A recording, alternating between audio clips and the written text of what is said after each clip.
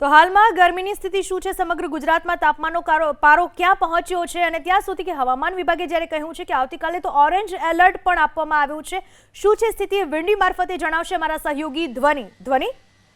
પૂનમ, હવામાન વિભાગે તો આગાહી કરી છે કે આજથી હવે ગરમી ઉત્તરોત્તર વધશે અને આગામી 2 દિવસ ઓરેન્જ એલર્ટ પણ રાજ્યના અલગ અલગ શહેરોમાં આપ્યું છે.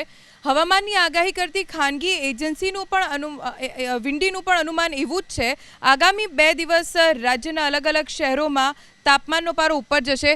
હાલની સ્થિતિએ અમદાવાદમાં 36 ડિગ્રી તાપમાન દર્શાવી રહ્યું છે, ભાવનગરમાં 35, આ તરફ સુરતમાં 38, ભરૂચમાં 36, વડોદરામાં 37 ડિગ્રી તાપમાન નોંધવામાં આવી રહ્યું છે. વિંડી જે ખાનગી હવામાન એજન્સી છે તેની આગાહી મુજબ આગામી કેટલાક દિવસમાં તાપમાનનો પારો ઉપર જશે. અમદાવાદમાં 40 ડિગ્રી સુધી તાપમાન પહોંચી શકે છે આગામી કેટલાક કલાકોમાં. રાતના સમયે થોડીક ઠંડક વર્તાશે, છતાં પણ તાપમાન મહત્તમ 26 ડિગ્રી, 24 ડિગ્રી, 28 ડિગ્રીની આસપાસ રહેશે. પણ જેમ જેમ દિવસનો પારો ઉપર જશે તેમ તેમ વિંડીમાં પણ દર્શાવવામાં આવ્યું છે તે મુજબ તાપમાન વધશે.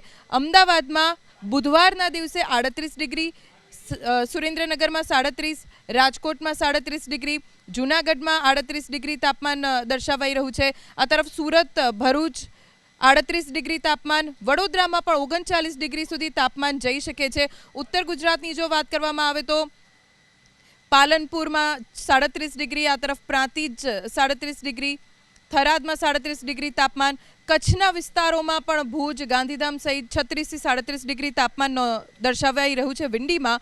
આ તો વાત એ બુધવારની. ગુરુવારની જે આગાહી છે વિંડીની તે મુજબ ગુરુવારે પણ રાજ્યના મોટાભાગના વિસ્તારોમાં 35 ડિગ્રીથી વધુ તાપમાન રહેશે તેવું હાલ windy.com ઓફિશિયલ વેબસાઇટ જે છે તેની ઉપર દર્શાવાઈ રહ્યું છે. અમદાવાદમાં તો 39 ડિગ્રી સુધી તાપમાન પહોંચે તેવી આગાહી છે.